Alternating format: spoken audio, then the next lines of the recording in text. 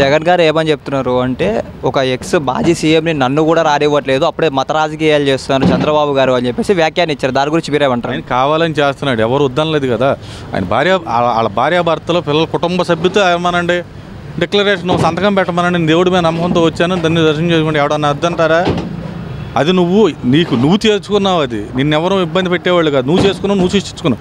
నేను బైబుల్ చదువుతాను, నేను చర్చికి వెళ్తాను, అందరూ పబ్లిక్గానే టీవీలో అందరూ చూస్తున్నారు. ఈయన చర్చికి వెళ్ళేవాడు భార్య లేకపోకుండా ఏమండి హిందూ ధర్మంలో భార్యాభర్తలు ఏ హోమం చేసినా యాగం చేసినా ఏ పుణ్యకార్యం చేసినా భార్యాభర్త ఇద్దరు చేస్తారు. ఒక గృహప్రవేశం శంకుస్థాపన వచ్చు.